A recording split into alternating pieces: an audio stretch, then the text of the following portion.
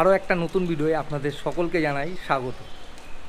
আজ আমি এসেছি কলকাতার খুবই কাছে, প্রায় 70 বছর পুরনো একটি রামকৃষ্ণ আশ্রম বা মঠে।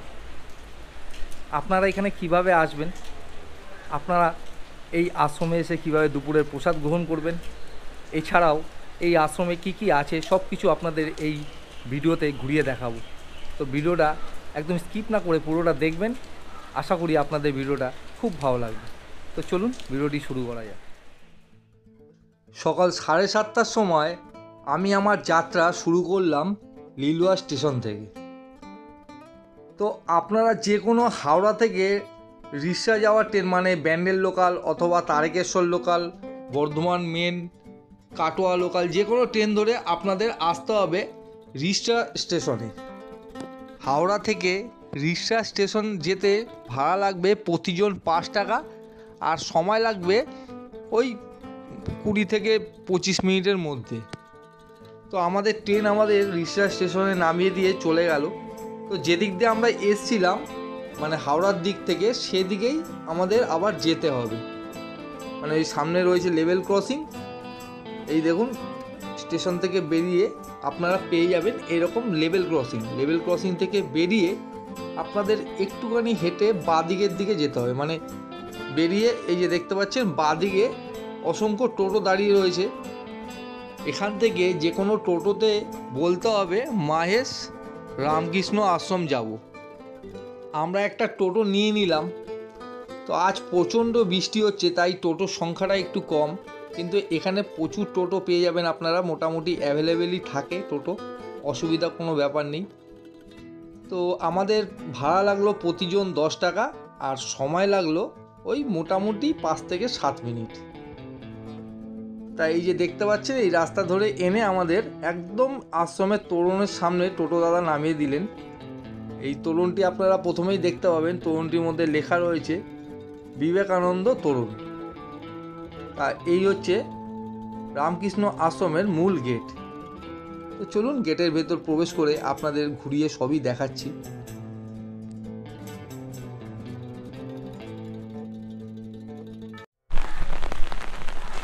মূল গেট থেকে প্রবেশ করেই আপনাদের চোখে পড়বে এক বিশাল বড় মন্দির চত্বর। দেখুন এই যে সামনেই রয়েছে মূল মন্দির। এই পুরো মন্দির চত্বর অনেকটা বড় জায়গার মধ্যে রয়েছে এই রামকৃষ্ণ আশ্রম। আমরা এখন এসে পৌঁছে গেছি এই রামকৃষ্ণ আশ্রমের মন্দিরের মূল গেটের সামনে। এই যে সামনেই দেখতে পাচ্ছেন আপনারা মন্দিরটা, খুবই সুন্দর দেখাচ্ছে মন্দিরটা। বেলুড় মঠের মন্দিরের আদলেই তৈরি করা হয়েছে এই মাহেশ রামকৃষ্ণ আশ্রমের মূল মন্দির। মন্দিরটি সাধারণত পুরো গেরুয়া রং দিয়ে তৈরি করা হয়েছে। তো চলুন মন্দিরের ভেতরে প্রবেশ করে আপনাদের ভেতরটা দেখাচ্ছি। দেখুন আপনাদের খুব ভালো লাগবে।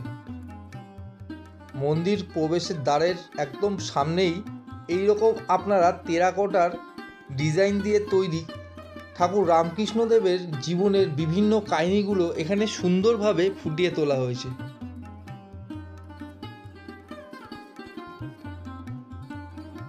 সত্যি সামনে দিয়ে দেখতে অসাধারণ লাগছিল।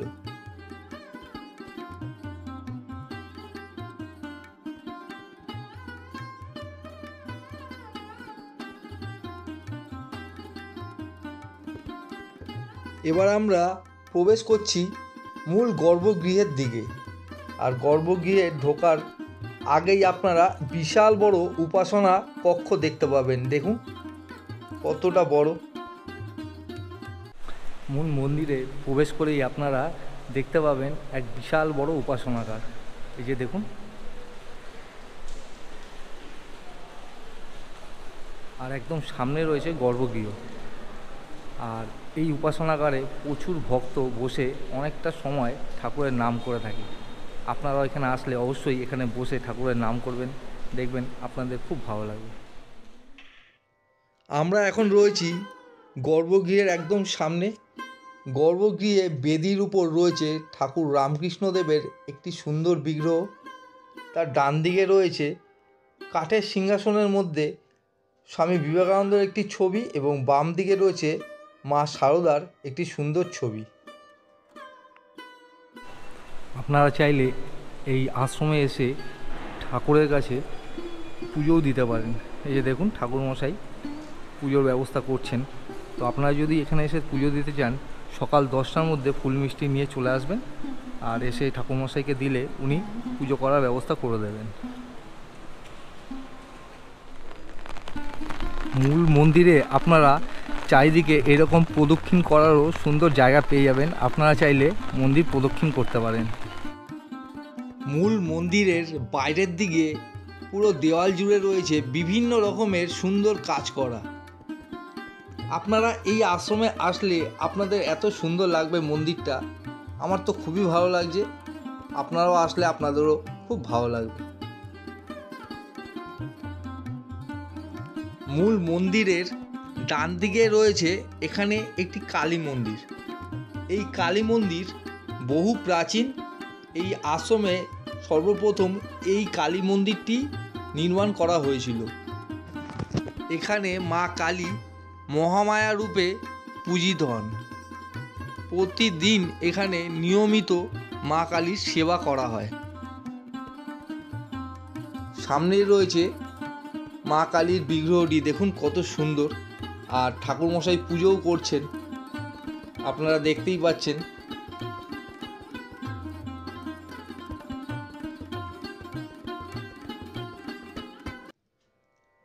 আর এই কালী মন্দিরের পুরো দেওয়াল জুড়ে রয়েছে বিভিন্ন মহারাজদের ছবি এবং ঠাকুর, মা ও স্বামী বিবেকানন্দর সুন্দর ছবি এই যে দেখতে পাচ্ছেন আপনারা। এই ছবিগুলো নতুন মন্দির হওয়ার পর সেখানে নিয়ে যাওয়া হয়নি, কারণ এই মন্দিরটি সর্বপ্রথম যেহেতু তৈরি করা হয়েছিল তাই এখানেই এই ছবিগুলো রেখে দেওয়া হয়েছে।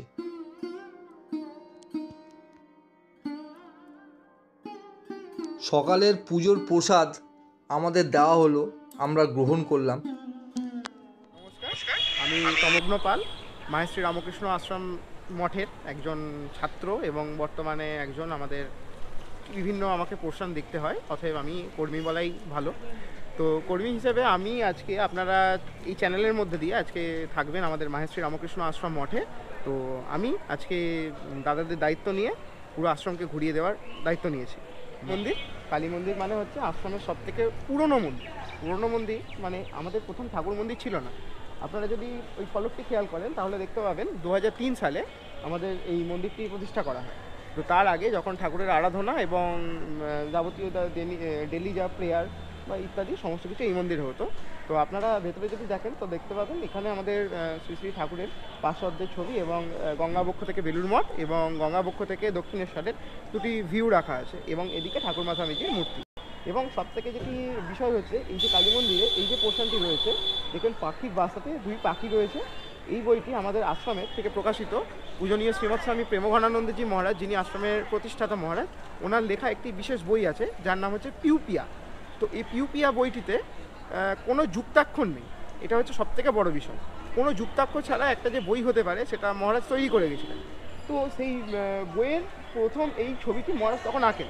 প্রেমঘনানন্দজি মহারাজ ছিলেন আশ্রমের একজন সন্ন্যাসী, তিনি বেলুড় মঠ থেকে আসেন এবং তিনি পূজনীয় শ্রীমৎ স্বামী শিবানন্দজি মহারাজের মন্ত্রশিষ্য ছিলেন। তো তিনি একজন ফটোগ্রাফার যেমন ছিলেন, তিনি লেখক হিসেবেও একজন দক্ষ ছিলেন। তো তিনি চিত্র অঙ্কন করতেও খুব ভালোবাসতেন।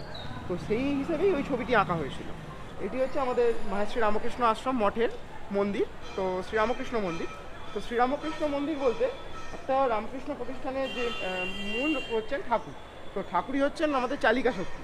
চালিকা শক্তি হিসেবে ঠাকুর যখন আশ্রমে রয়েছেন, অতএব আমরা এখান থেকে বুঝি ঠাকুর আমাদের সশরীরে আশ্রমে রয়েছেন। তো এই মন্দির প্রতিষ্ঠা হয়, আমি এর আগেই বললাম, 2003 সালে। তো প্রতিষ্ঠা করেন হচ্ছেন আমাদের তৎকালীন প্রেসিডেন্ট মহারাজ যিনি ছিলেন, পূজনীয় শ্রীমৎ স্বামী দণ্ডিত স্বামী দামোদর আশ্রম মহারাজ। দেখবেন সেটা আপনারা মাইল ফলকটা দেখলেই বুঝতে পারবেন। তো ভিত্তিপ্রস্তরটা কিন্তু প্রতিষ্ঠা করেছিলেন প্রেমঘনানন্দজি মহারাজ। তারপরে এটাকে রূপদান করেন পূজনীয় শ্রীমৎ স্বামী সোমানন্দজি মহারাজ এবং তার গুরু ভ্রাতা আমাদের পূজনীয় শ্রীমৎ স্বামী শিবরামানন্দজি মহারাজ। আমাদের আশ্রমের দুই কাণ্ডারি তখনকার দিনে। তখন মানে মহারাজের এরকমই বলা হতো মহারাজের 2 ছেলে, বেনু আর হচ্ছে মনু।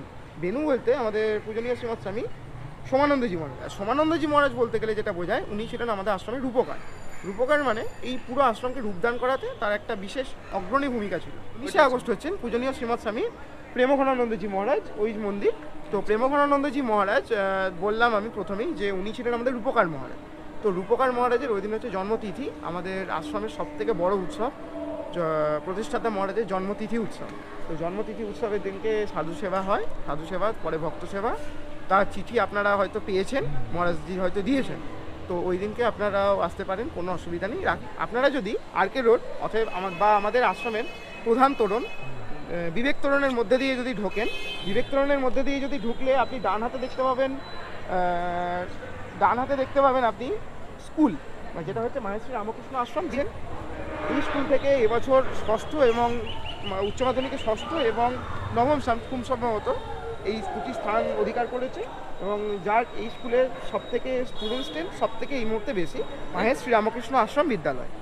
তো এই স্কুলের সবথেকে এখন হাইয়েস্ট স্টুডেন্ট স্ট্রেন্থ হচ্ছে নিয়ার অ্যাবাউট 100 বলছি 1000। তো এই যে প্রাঙ্গণে আমাদের বার্ষিক পুরস্কার বিতরণের অনুষ্ঠানের সময় এই প্রাঙ্গণ পুরো সেজে উঠে এই জায়গাটাতে আমাদের মানে বিভিন্ন প্রাঙ্গণের যে অনুষ্ঠান ইত্যাদিগুলো এখানে হয়। তো মন্দিরের ঠিক অপোজিট দিকে বা আমাদের প্রধান তোরণ থেকে যদি আপনি ঢোকেন, সোজা যে বিল্ডিংটি দেখা যাবে দেখবেন লেখা আছে স্বামী সোমানন্দ ভবন প্রধান কার্যালয়। একটা আশ্রমের বা মঠের প্রধান কার্যালয় হিসেবে একটি রয়েছে। আমাদের প্রত্যেকটি মঠ মিশনেই প্রধান কার্যালয় থাকে, যেটাকে হেডকোয়ার্টার্স বলি আমরা। তো এটি হচ্ছে আমাদের এখনকার প্রধান কার্যালয়, দ্বিতল বিশিষ্ট। উপরের সেকশন অডিট সেকশন এবং কনফারেন্স রুম, নিচের সেকশন সেক্রেটারি এবং অ্যাসিস্ট্যান্ট সেক্রেটারি এবং ভাইস প্রেসিডেন্টদের জন্য।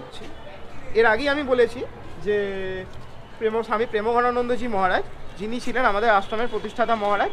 তো প্রতিষ্ঠাতা মহারাজ হিসেবে তো ইনি তো আশ্রমটাকে তৈরি করলেন। তো আমাদের ঠিক মূল মন্দিরের প্রধান ফটকের ঠিক অপোজিট দিকে, ঠিক একদম মুখোমুখি ঠাকুর জানালা দেখছি, ঠিক এই কনসেপ্টটি তৈরি করা হয়েছে স্বামী প্রেমঘনানন্দ স্মৃতি ভবন। তো এটি আসুন ঘুরে দেখাচ্ছি।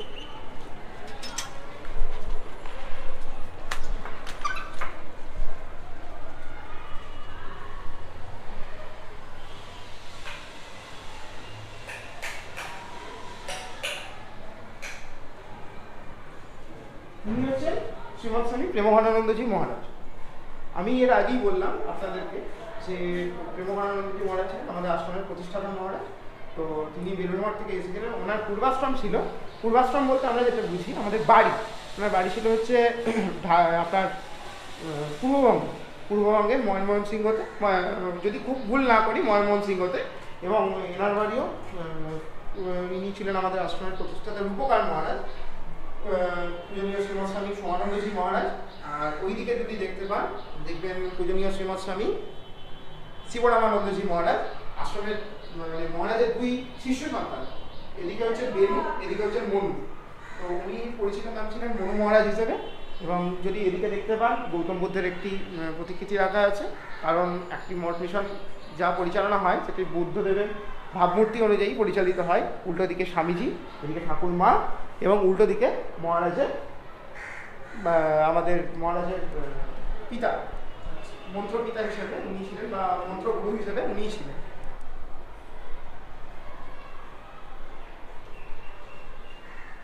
আমাদের প্রধান যে মন্দির তার উল্টো দিকেই দেখবেন যে স্বামী প্রেমঘনানন্দ মহারাজের স্মৃতি মন্দিরের ঠিক পাশেই যে রয়েছে হচ্ছে আমাদের অতিথি নিবাস। অতিথি নিবাসের ঠিক অপোজিট দিকে যে রয়েছে সাধু নিবাস। তো একটা রামকৃষ্ণ মঠ মিশনের প্রধান কেন্দ্র বলতে ঠাকুর যেমন রয়েছেন, এবং আশ্রম পরিচালনা করার জন্য সাধু মহারাজদের অগ্রণী ভূমিকা নিয়ে থাকেন, কারণ তারা বাড়িঘর ছেড়ে দিয়ে আমাদের জীব সেবার কাজে এবং আশ্রম পরিচালনার ক্ষেত্রে তারা বাড়ি থেকে যেহেতু আসেন, তো সেটা হচ্ছে সাধু নিবাস আমাদের সাধু মহারাজের।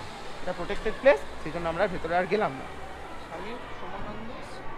স্বামী সমানন্দ শতবার্ষিকী স্মৃতি ভবন যেটা, এটা এই বিল্ডিং থেকে ট্রিবিউট করা হয়েছে।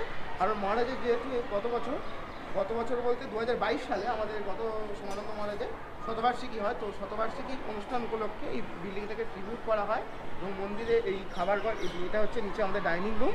তো ডাইনিং রুমের ঠিক উপরেই একটা রুম করা আছে, সেখানে খাওয়া দাওয়াও হয়। কারণ ভক্তরা যখন আসেন তখন অনেকেই, এখন বর্তমান সমস্যা যেটা, যে ভক্তরা নিচে বসতে পারেন না, মানে অনেক বার্ধক্যজনিত কারণে, তখন উপরে খাওয়ানো হয়। এবং উল্টো দিকে ঠিক এই দুটো জানলার মাঝখানে যদি আপনারা উপরে গিয়ে দেখেন তো দেখতে পাবেন স্বামী শ্রীমানন্দ মহারাজের একটি মূর্তি, মহামার মূর্তি রাখা হয়েছে। এই হচ্ছে, এবং উপরতলা হচ্ছে ছাত্রাবাস এবং এই দিকটা হচ্ছে ছাত্রাবাস। পুরনো মন্দিরের ঠিক অপোজিট দিকে প্রেমানন্দ মহারাজের ঠিক মন্দিরের পাশে ছাত্রাবাসের মাঝখানে যে বিল্ডিং রয়েছে অতিথি ভবন, এটা প্রতিষ্ঠা হয়েছিল 27শে আগস্ট 1988 সালে। এবং এটা প্রতিষ্ঠা করে দিয়েছিলেন, মানে এটা তৈরি করার জন্য যা খরচা দিয়েছিলেন সেটা দিয়েছিলেন হচ্ছে আমাদের আশ্রমের ঠিক অপোজিট দিকে গেটের বাইরে যদি আপনারা দেখেন, দেখবেন ফসফেট কোম্পানি রয়েছে, ফসফেট কোম্পানি অতিথি নিবাস এবং খাবার ঘর, এটা ডাইনিং রুম, প্রসাদ কক্ষ, এই দুটো তৈরি করেছিলেন তৎকালীন সময়ে। তারা এটা ডোনেট করেছিলেন আশ্রমকে। এবং একদিকে রয়েছে সাধু নিবাস, সাধু নিবাসের ওদিকে, এবং এদিকে ছাত্রাবাস। এটি হচ্ছে মাহেশ্রী রামকৃষ্ণ লাইব্রেরি, এটা হচ্ছে মাহেশ্রী রামকৃষ্ণ লাইব্রেরি। তো মাহেশ্রী রামকৃষ্ণ লাইব্রেরি সাধারণত সরকার পরিচালিত, কিন্তু এর অনেকটা অংশই আশ্রম সাধারণত পরিচালনা করে থাকে। এবং এর মধ্যে যা বই আছে সেগুলো এখন আর পাওয়া যাবে না, এরকমও বই আছে। তো আকর সম্পদ লাইব্রেরি রয়েছে, কিন্তু আমাদের সাধারণত লাইব্রেরির জন্মদিন হচ্ছে 9ই আগস্ট। তো লাইব্রেরির জন্মদিন পালন করা হয়, প্রতিষ্ঠা দিবস নয়। কারণ হচ্ছে, এর আগেই আপনাদেরকে আমি বলেছি যে বিদ্যে বোঝাই বাবুমশাই হলে চলবে না। তো সাথে সাথে তার মানে একটা বই তো থাকলো, কিন্তু সেটাকে পাঠক হিসাবে তো থাকতে হবে। পাঠক যদি না থাকে লাইব্রেরির কি আর অস্তিত্ব রয়েছে? তো সেই পাঠক বলতে সাধারণত আমাদের ছাত্ররা।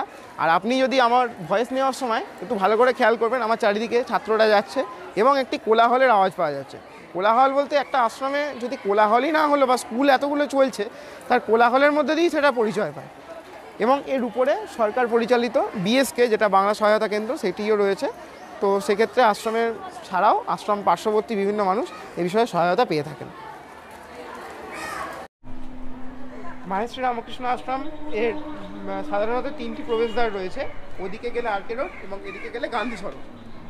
আরকে রোড থেকে সোজা যদি আপনি গান্ধী সড়কের দিকে যান, বা আশ্রমের ভেতর দিকে গিয়ে উচ্চ মাধ্যমিক বিভাগের সামনের দিকে এসে যদি আপনি বড় মাঠের দিকে আসেন, বা আমাদের যে বড় মাঠ রয়েছে তার দিকে যদি আসেন, তো এখানে এলে দেখতে পাবেন সারদা মণ্ডপের ঠিক পাশেই রয়েছে হচ্ছে মাধ্যমিক বিদ্যালয়, বা আগে যেটি নিম্ন মাধ্যমিক বলে পরিচিত ছিল, কিন্তু এটির বর্তমান নাম হচ্ছে মাহেশ্রী রামকৃষ্ণ আশ্রম বিবেকানন্দ বিদ্যালয়।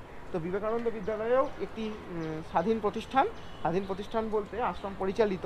আমাদের আশ্রম আপনারা যদি একটু দেখেন, তো আমাদের দেখবেন রিক্রুটমেন্ট আর এসএসসি থ্রুতে হয় না। আমাদের রিক্রুটমেন্ট, বর্তমান রিক্রুটমেন্টগুলি হয় আমাদের 15A অধিকার বলে, সেগুলি আমরা রিক্রুট করে থাকি। তো সেটির মধ্যে যদি দেখতে পান, সেই দুটি প্রতিষ্ঠানের মধ্যে একটি প্রতিষ্ঠান, এটি মাধ্যমিক, এবং পাশে ওদিকে রয়েছে আপনাদের উচ্চ মাধ্যমিক। যদি গান্ধী সড়কের দিকে, বা আমরা যেটাকে সাধারণত ছোটো গেট বলে চিনি, তো সেই ছোটো গেট দিয়ে যদি আপনি ঢোকেন, ঢুকেই যে প্রথম যে স্কুলটি দেখতে পাবেন, পাঠশালা প্রাথমিক বিভাগ, তো জিএসএফটি স্কুল যেটাকে বলে সাধারণত, এই স্কুলটি আশ্রমের প্রতিষ্ঠা করা হয়েছিল সব থেকে প্রথমে। স্বামী প্রেমানন্দ মহারাজ 13 জন ছাত্রকে নিয়ে এই স্কুলটি প্রথম প্রতিষ্ঠা করেছিলেন। ঠিক এই জায়গাতেই ছিল স্কুলটি। এবং সেটি বর্তমানে এখন এই ছাত্র সংখ্যা খুব কম করে হলেও 300-র উপরে। আশ্রমে আমাদের সবসময় স্বাগত। সকাল 8টা থেকে আমাদের সাধারণত খোলা থাকে, 8টা বললেও ভুল হবে, কিন্তু ভোর থেকেই যেহেতু আমাদের বৈদিক মন্ত্র পাঠের মধ্যে দিয়েই আশ্রম শুরু হয়, তো সেক্ষেত্রেই আমাদের 5:30টায় বৈদিক মন্ত্র হয়। তো আপনারা সকাল থেকে এসেই আমরা আশ্রমে বৈদিক মন্ত্র যে অনুষ্ঠান হয়, যেটাকে বলে প্রার্থনা, সকালের প্রার্থনা, সেখানে অংশগ্রহণ করতে পারেন। এছাড়াও আশ্রমে সাধারণত প্রসাদ, দুপুরবেলায় প্রসাদ কুপন যদি পেতে হয়, বা দুপুরে যদি প্রসাদ পেতে চান আপনারা, তো সেক্ষেত্রে আপনারা যদি অন্তত 10:30, 10টা, 10:30 বা 9:30টার মধ্যে যদি চলে আসেন, তাহলে আমাদের সুবিধা হয়। কারণ বুঝতেই তো পারছেন, এতজন মানুষের জন্য যদি রান্না করতে হয়, তো সেক্ষেত্রে একটু আগে থেকে ইনফরমেশন দিয়ে রাখতে হয়। তো আপনারা যদি খেয়াল করেন, তো আমরা আগের কোনো হয়তো ভিডিওতে আপনারা যদি দেখে থাকেন, সেক্ষেত্রে যদি দেখবেন যে আমাদের আশ্রমের একটি মেল আইডি দেওয়া হয়েছে, যেটি আমি বলে দিচ্ছি। এছাড়াও আপনাদের ডেসক্রিপশান বক্সেও দেওয়া থাকবে msrkam.ofc@gmail.com। এই ইমেলে আপনারা যদি একটুখানি বলে আসেন যে, বা আমাদের যে ফোন নাম্বার রয়েছে, বা মহারাজের যে নাম্বার রয়েছে, সেই নাম্বারগুলিতে আপনারা যদি বলে আসেন, তো তাহলে আমরা বলে রাখতে পারবো, বা এখানে এসে বলে রাখলে আমাদের প্রসাদ ব্যবস্থা করতে সুবিধা হয়। কারণ প্রসাদের মূল্য ভোগ প্রসাদের মূল্য সাধারণত 50 টাকা রাখা হয়, তবে কোনো ক্ষেত্রে যদি কোনো অনুষ্ঠান বা কিছু হয় সেক্ষেত্রে মূল্য এদিক ওদিক হতে পারে। মন্দির খোলা থাকে হচ্ছে ভোরবেলা 5:30 থেকে শুরু হয়, 5:30 বললে ভুল হয়, 5টা থেকে শুরু হয়, 11টা পর্যন্ত খোলা থাকে। 9টার সময় নিত্য পূজা হয় এবং 11টায় বন্ধ হয়ে যায়, আবার 3:30 এবং শীতকালে 4টে খোলে। 4টে খোলার পর এটি শীতকালে 3:30 এবং আপনার হচ্ছে গরমকালে 4টে থেকে 8টা অবধি 8টা অবধি খোলা থাকে। 8টা অবধি খোলা থাকে এবং 6:30টার দিকে, 6টা থেকে 6:30টার দিকে সেটা ঋতুভেদে পরিবর্তনযোগ্য, এই সময় প্রেয়ার আছে। কিন্তু সেটা যদি আমাদের কোনো আগে থেকে যদি এনগেজমেন্ট না থাকে সেক্ষেত্রে তাকে থাকতে দেওয়া যায়। যদি ধরুন আমাদের পুরো জিনিসটাই যেহেতু স্কুল বা বিদ্যালয় পরিচালিত, তো সেক্ষেত্রে ছাত্রাবাস আমাদের রয়েছে। ছাত্রাবাসে ক্ষেত্রে অনেক দূর দূরান্ত থেকে অভিভাবকরা আসেন, তো কিছু কিছু ক্ষেত্রে অতিথি এনগেজ থাকে। যদি এনগেজ না থাকে তো সেক্ষেত্রে আমরা এইদিকে বা এইদিকে যে কোনো দিকে ব্যবস্থা করে থাকি। আশ্রমের মূল মন্দিরের ঠিক উল্টো পাশেই রয়েছে এখানকার ছাত্রাবাস। এই যে সামনে দেখতে পাচ্ছেন আপনারা, অনেকটা বড় জায়গার মধ্যে রয়েছে এই ছাত্রাবাসটি। তো বন্ধুরা, এখন আমরা আছি মহেশ রামকৃষ্ণ আশ্রমের মূল যে মহারাজ বা সম্পাদক স্বামী শিবেশানন্দ মহারাজের সামনে। তো ওনার মুখ থেকে এই মহেশ রামকৃষ্ণ আশ্রম সম্পর্কে কিছু তথ্য আপনাদের জানাচ্ছি, দেখবেন আপনাদের খুব ভালো লাগবে। হ্যাঁ, নমস্কার।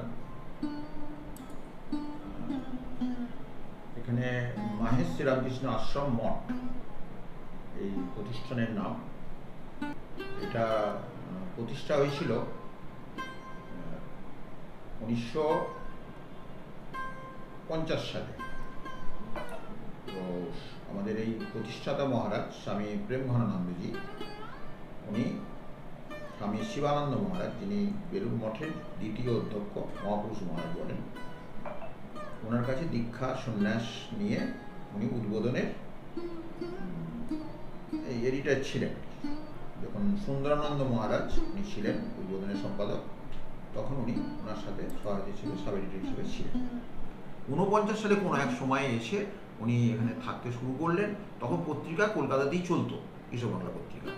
তারপরে ওখানে চলতে চলতে 52 সালে যখন এখানে স্কুল শুরু হলো পাঠশালা নাম দিয়ে, মহেশ রামকৃষ্ণ আশ্রম পাঠশালা। সেই 52 সালে শুরু হবার পরে এটা আস্তে আস্তে বাড়তে, মোটামুটি 2000 ছাত্র, 6টা স্কুল, 3টে প্রাইমারি, একটা নার্সারি, একটা মাধ্যমিক, একটা উচ্চ মাধ্যমিক, এরকম প্রায় 2000 ছাত্র আমাদের এখানে পড়াশোনা করছে। এখানে একটা পাবলিক লাইব্রেরি আছে, মানে প্রচুর বই আছে, 5-6 হাজার বই আছে, লাইব্রেরিটা চলে ভালো। এছাড়া দাতব্য চিকিৎসালয় আছে, হোস্টেল আছে, হোস্টেলে প্রায় 100-র উপর ছেলে থাকে। বিভিন্ন জেলার আর কি, এই পশ্চিমবাংলার, সেখানে কোচবিহার থেকেও ছেলে আছে, মুর্শিদাবাদ, মালদা, মেদিনীপুর, এরকম বীরভূম, বাঁকুড়া, পুরুলিয়া, সব জেলার ছেলেরা এখানে হোস্টেলে থাকে। এবং স্কুলের একটা সুনাম আছে। আমাদের নরেন্দ্রপুর, পুরুলিয়া বা রহরা এই মিশনের সাথেই আমাদের মহেশ শ্রীরামকৃষ্ণ আশ্রম বিদ্যালয় এরা বেশ স্থান করে নিয়েছে এবং আমাদের এখানে রেজাল্ট খুব ভালো হয়। যেমন মাধ্যমিকের প্রায় 1-2 10-এর মধ্যে থাকে, উচ্চ মাধ্যমিকে প্রতি বছরই মানে 2 কেমন 4টে পর্যন্ত 1 থেকে 10-এর মধ্যে যারা প্রতিষ্ঠা করেছেন স্বামী প্রেমানন্দ মহারাজ, স্বামী সোমানন্দ মহারাজ এবং স্বামী শিবরামানন্দ, তাদের আশীর্বাদে, তাদের চেষ্টা এবং ঠাকুরের অশেষ কৃপায় এই প্রতিষ্ঠান আমাদের এগিয়েছে। এখানে চিকিৎসা ব্যবস্থা, আমাদের দাতব্য চিকিৎসালয়, একটু বস্ত্র বিতরণ হয়, গরিবদের দেওয়া হয়, বইপত্র গরিবদের দেওয়া হয় এবং অসহায় মানুষদের পাশে দাঁড়ানো হয়। কোভিডের সময় আমরা অনেকটা চেষ্টা করেছি এখানকার লোকাল লোকেদের কিছু সাহায্য করা। এইভাবে সেবা মনোভাব নিয়ে স্বামীজির আদর্শে আমাদের এই প্রতিষ্ঠান চলছে এবং আগামী দিনে ঠাকুর মা স্বামীজির আশীর্বাদে যেন এটা ধীরে ধীরে আরও উন্নতি।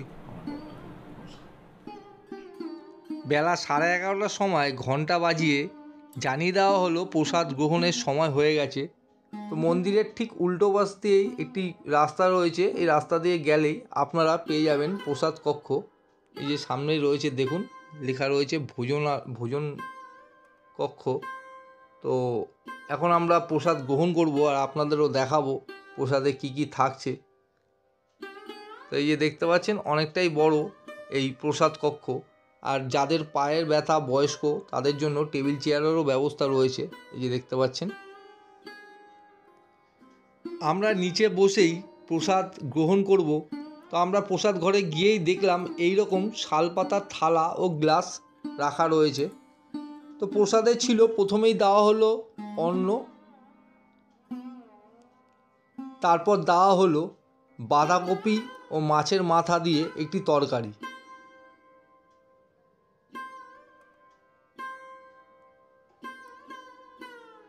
তারপর আসলো মুসুর ডাল। প্রতিটা খাবারই ছিল যাচাই, মানে আপনারা যতটা চাইবেন ওনারা দেবেন আর কি। তো এইবার এখানে নিয়ম অনুযায়ী ঠাকুরের নাম করে তারপর প্রসাদ গ্রহণ করা হবে।